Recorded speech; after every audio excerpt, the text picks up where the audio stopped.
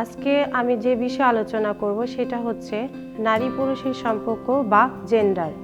এখন আমরা আলোচনা করব কাজের ক্ষেত্রে নারী পুরুষের সম্পর্ক। আমার আলোচনার বিষয়বস্তু হচ্ছে নারীর প্রতি সহিংসতা ও নারীর প্রতি নির্যাতন। আজকে আমরা জানব ভুক্তভোগী নির্যাতনের শিকার নারীর জন্য সেবাদানকারী প্রতিষ্ঠানসমূহ।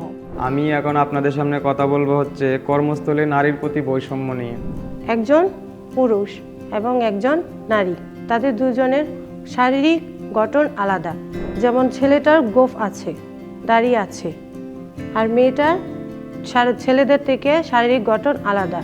হিসাব নিকাশের কাজ বললেই বলা যায় যে এটা পুরুষ মানুষ করে থাকে, কিন্তু অফিস, আদালত, ব্যাংক এবং অ্যাকাউন্টিং এগুলোতে দেখা যাচ্ছে যে বর্তমান মেয়েরা কাজ করে থাকে।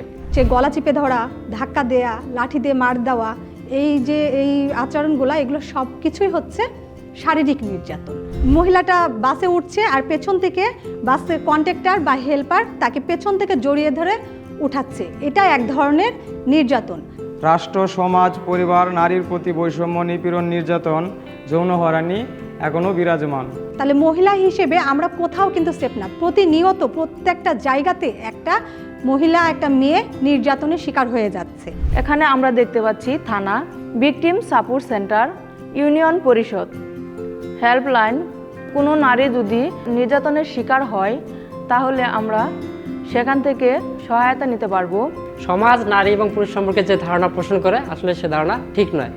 জন্মের পর থেকে নারী এবং পুরুষকে যদি আমরা সমানভাবে সুযোগ সুবিধা দিয়ে থাকি বড় করে, তাহলে নারী এবং পুরুষ সব ধরনের সব কাজ সমানভাবে করতে পারবে।